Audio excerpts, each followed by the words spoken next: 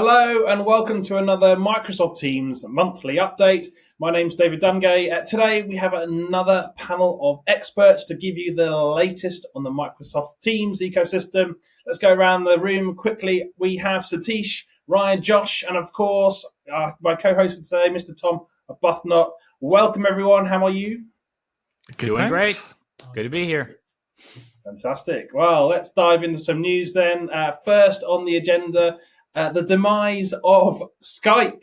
I will shed a tear for Skype, although I haven't used the service in about 10 years. But it did it generated that hang up and try again generation, which I always found quite funny alongside the telephony market, which is always a sort of a 5 nines kind of resilience market. But anyway, let's talk about how this is going to impact enterprises. Tom, what have you got? How do you feel about Microsoft Teams shattering?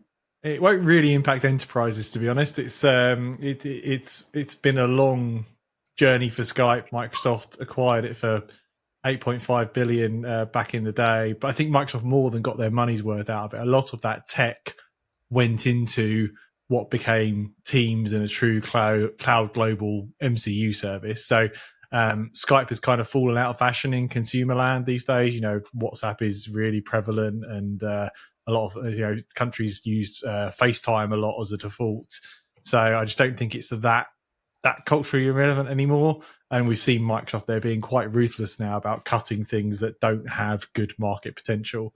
So the end date is the 5th of May. Microsoft are encouraging all the Skype consumer users to go over to Teams Free, which is the Teams consumer version. The only slight impact that might happen is you're losing interop between Skype consumer and Microsoft Teams if you were using that. But I mean, Skype's going anyway, so the obviously the interop's going. But yeah, I don't think a major impact for many people, but definitely a super relevant to our industry moment that Microsoft, bought and merged in that technology, and now that Skype brand is dying. It feels like a moment of silence moment, right? Almost. But I think those of us in this space and the Teams world and the Skype for Business world, et cetera, that it almost rings a little bit different because of the fact that Link evolved into Skype for Business, and there's that association of the Skype name with that product. And it's different though, right? It's different than what they're talking about when they're talking about Skype. So it just kind of, it grabs our attention and makes us think, oh wow, this is a pretty giant moment. But to your point, Tom, the impact is going to be pretty minimal, right? And that's why they're shutting it down. It's just not, the Skype commercial tool itself is just not the mainstream tool anymore. So nevertheless, a lot of us had a significant background back in that era, especially on the personal side, right? And so it is a moment of just, wow, okay, I can't believe it's about to be gone. But here we are. So, well, with that moment of silence, shall we move on to our next topic then? We're back to M-DEP. We've talked about this lots on the show already, but we're now seeing finally some devices are generally available. Let's go to Josh for this. Of course, the Panacast 50 VBS is now available. Give us the lowdown, Josh. Yeah, I mean, so the Panacast 50 VBS, just to be clear, has been out for a while now, about over a year, right? It's been on the market. But the big thing when it comes to M-DEP is the announcement was made quite a while back that the Jabra was working alongside Microsoft to get a first M-DEP device out there. And so with the latest firmware release to the Panacast 50 VBS, it brings about you're upgrading to an M-DEP operating system running on the VBS at that point. There's no going back. If you upgrade, you are now on a device running M-DEP. And so for all intents and purposes, for those that were waiting to ring the bell and say the first M-DEP device is GA and in the market, it's there, and there will be several others from other OEMs following in short order. I believe here those announcements have been made in the months prior. On the Jabra side as well, the device that was announced at ISE will be out the middle of the year, also running on M-DEP. So I think from this point forward, we're just going to see more and more conference room M-DEP based devices hitting. But yeah, we can all finally say GA for M-DEP is here. So It feels like we need to open a bottle of champagne or something. We got there finally. It was like it felt like one of the longest champagne opening bottles ever. Right? It was it was announced so long ago, and it's been a long journey, but it's finally there. And for everybody that's oh great, what does that mean? What's the big? I remember this. We're talking about an operating system change. Nothing about the Teams Room app is changing. Nothing about the functionality is changing. It's the operating system is now, in this case, not Java's operating system, it's Microsoft's operating system. And as will be the case amongst Yealink and all the others that have announced devices coming out in the same fashion. It really has a lot of momentum. I think both. Starting at Infocom and then moving through Ignite and ISE, we just continue to see more and more folks signing up for this train. And so, it's Mandroid, as we like to affectionately call it, is officially GA. And it gets rid of a lot of the concerns for those that are wanting to go Android, but worried about keeping up with changes. And are the individual OEMs going to, this puts that onus on Microsoft for the most part, right? The first iteration of M-DEP is Android 13. And they made announcements at ISE that within this year they're targeting Android 15. So it answers a lot of the update questions that would always linger with to go Android or not go Android debate. So, should we move on to our next topic? We have a new Teams client health dashboard in Admin Center. Now, this is quite an interesting one. We're going to be seeing some actionable insights into the client sort of health, if you like. Tom, give us a bit more of a detailed rundown. What's this going to do for users? Why are we all celebrating that we can now see the health status of our Teams clients? Yeah, not traditionally the most exciting feature in the world. We got some more reporting, but actually this is super impactful. So this is for administrators to see the health of their client estate. So the Teams versions that people are running on Windows and Mac. And it's not just the versions, but it's, are they having crashing issues? Are they stuck on an old version? Are there issues related to a specific subset of users? So one of the biggest challenges in Teams is you might have thousands or tens of thousands or even hundreds of thousands of users. How do you as the Teams admin know that they're running the latest clients, that they're updated and they're patched? And Microsoft see a whole bunch of support ticket issues that the punchline is, oh, well, the user's running a really old version of Teams. If they just updated, that will be fine. So this is really highlighting to the individual admin, there are these users that are running on an old version. There are these users that seem to be they all run Dell XYZ and they're having some kind of driver issue because they're all crashing, graphics cards crashing, that kind of thing. So great visibility for the admins and critically reporting that you can drill down through an export to actually make an impact. So for the admins of the world looking after Teams, this is the fastest way to have a positive impact on user experience. Fantastic. So let's move on to direct routing. We've got a few updates here. Satish, do you want to take us through what's new in direct routing? The two major options, like in direct routing, the phone numbers tab got updated. Like you can manage your phone numbers from the Teams admin center itself. It makes things much more easier. You don't need to have a third-party software for managing your phone numbers as such. So that's one of the most requested features from all the customers. All the enterprise customers were looking up for this feature as such. And the second most important thing that came in as well would be the direct routing, the SIP ladder option, the SIP call flow diagram, which earlier we used to only have access to the support team in Microsoft had the option for the SIP flow diagram to access it. Now, customers can access the same thing from the Teams admin center, including they don't need to even go to their session border controller. So that helps them to have that SIP flow diagram within the Teams admin center. Satish, one of the other updates was the Copilot generated summaries, call transfer. Take us through that. Why is it significant? Now, Copilot would be is already available for Teams Phone, and then for customers or for the users who are having the Copilot licenses, you would have the generated summaries of all your calls that you have, which can be leveraged after the calls as well. So that's one of the important feature that's coming in terms of the Copilot for Teams Phone as such. Yeah, so that's a common problem when calls get transferred between departments, which is great to see that sort of feature added. Next, we're going to go on to Intelligent Recap. That's now available for Town Hall and webinar event instances. Not a lot to sort of say beyond that here. Does anyone want to add any comments to that? Yeah, it's just plugging a gap, really. So today you get Intelligent Recap, which is your summary of what happened in the meeting, pulling out actions, pulling out names. But it was a gap. You didn't get that when you joined a town hall, which is like a large event or a webinar.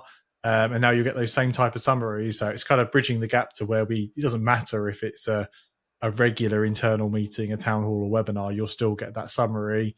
And Microsoft are also working on some bits to share those summaries externally easier. So having sharing links, having email sharing, to be able to share those summaries externally as well.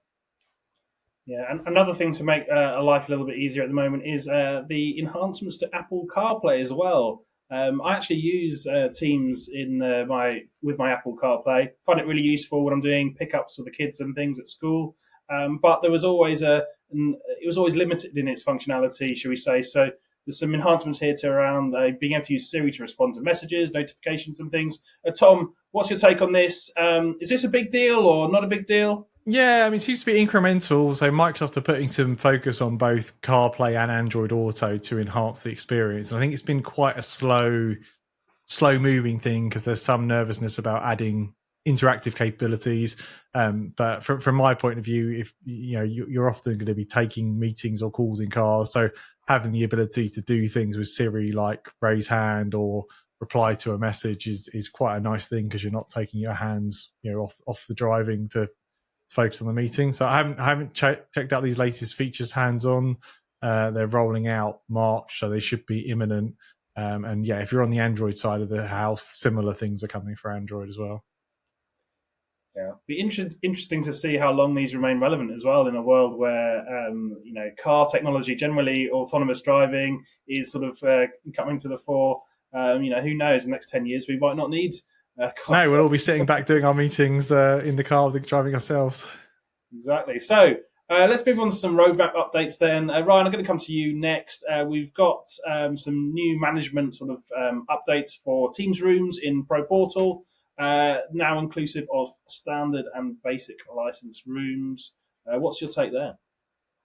Yeah, this is really functionality that was in Teams Admin Center, moving, and this is part of a broader trend to ensure that Teams rooms users are exclusively using the Pro Portal for device management, and so.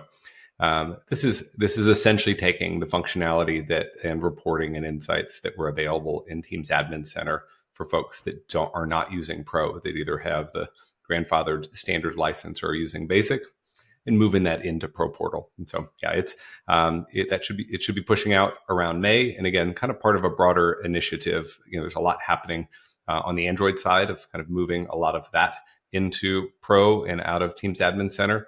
And ultimately, room users should have that single pane of glass for management of all of their estate, regardless of operating system or license. Fantastic. So, I mean, Tom, I might come to you. A bit of a follow-up question on this. What does this mean for IT admins now? We're getting so much functionality within the basic sort of licenses. What's the kind of thinking behind that from Microsoft's perspective? Yeah, it's just Microsoft trying to streamline the experience, really. So, why would they continue to develop capabilities in two portals? That's double the dev time, double the QA time. All enterprise customers are using the Pro license already because they've got multiple rooms or they need the manageability. So they'll all be on Pro. But for those customers that have more basic requirements, hence the basic free license, does it make sense to not build the management capability and reporting for them, might as well just bundle it all together. So it doesn't mean that the basic rooms are going to get all the capabilities and controls of Pro. There's still a license differentiation there, but there'll be a single place to see those rooms and manage them for Pro and at least see them for basic. Right. So coming back to ChatGPT 4.5 is here. I don't know if any of you are users. I use ChatGPT quite a lot for various things, a lot around ideation actually. But what does this mean for Copilot? Tom, you have some interesting takes there. What's your take?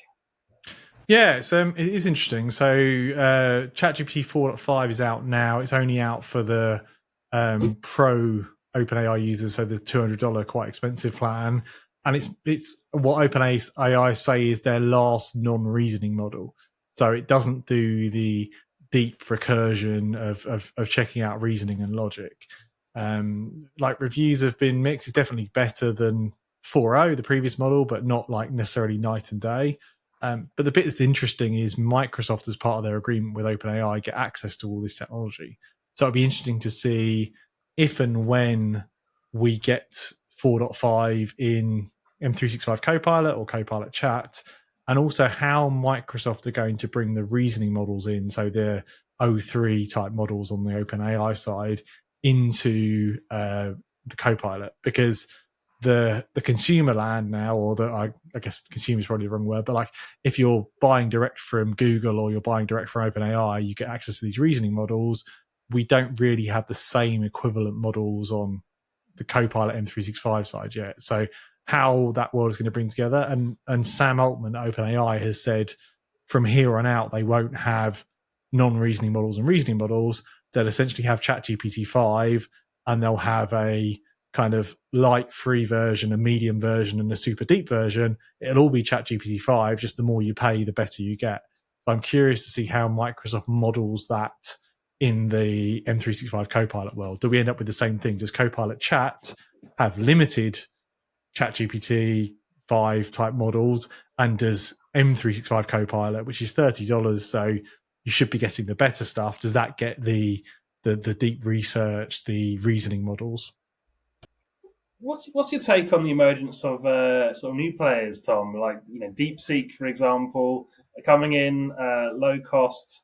Obviously Microsoft's very entwined with Sam Altman and what's going on at OpenAI. But do you think we can see some disruption here from new players like DeepSeek? Yeah, there's definitely potential. So DeepSeek have kind of thrown the cat amongst the pigeons, in the sense of they've produced a really respectable model on less powerful CPUs with less money relatively. For the industry, that's probably net a good thing, because it's just proving you can do more with less. And they've open sourced it all as well, which OpenAI is not really doing. So you can go get DeepSeek right now on Azure AI Foundry as a service. So it's an open source model you can go grab and use today.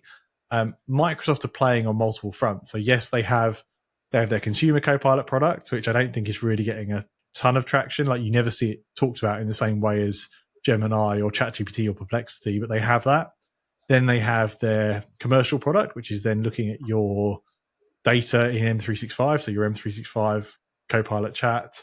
But they also have an architecture to bring models into your line of business apps yourself, so either through Copilot Studio or through Azure.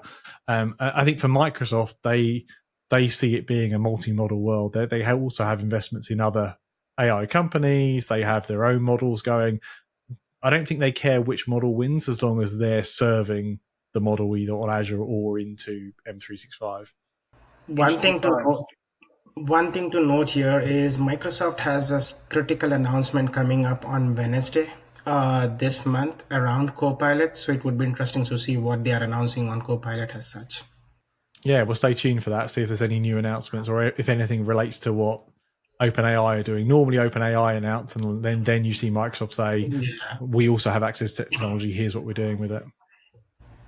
Right. So with that, shall we move on to our events? We've got some great events coming up. Tom, take us through what is coming up over the next couple of months from a Microsoft Teams events point of view. Yeah, some really big stuff coming up. So we've got Enterprise Connect 17th of March. So that's the big kind of what was IPPBX and now UC show, and increasingly contact center as well. Ilya's doing the keynote, so there'll be lots of Microsoft Teams news there. We're also doing the Teams Fireside Chat live from Enterprise Connect on the 19th, so we'll be covering all the news live on that. And I've got a couple of sessions, one around Copilot success and one actually a panel around M-DEP and its impact on our industry. So that should be quite fun. Looking at a little bit further out, 25th of March for the Copilot Fireside Chat, we've got Jeff Teeper on that. That's Zoe and Kevin who host that, and that is all focused around Copilot online events. And then a little bit further out still into April, we have Comms V Next, which is a really good community conference run by 4 great MVPs and a whole bunch of community contributors. And that's a fully focused kind of Teams type event. So looking forward to that as well. Fantastic. And of course, UC Today will be present at all those events as well. So make sure you come and say hi and have a chat and tell us what's going on in your worlds. But without further ado, I'd like to say thank you so much to Satish, Ryan, Josh, and of course, Tom, for your participation this month. Thank you so much for your insights. Been a pleasure. Thanks a lot. Thanks so much. And thank you for watching. You've watched me, David Dungay, on UC Today.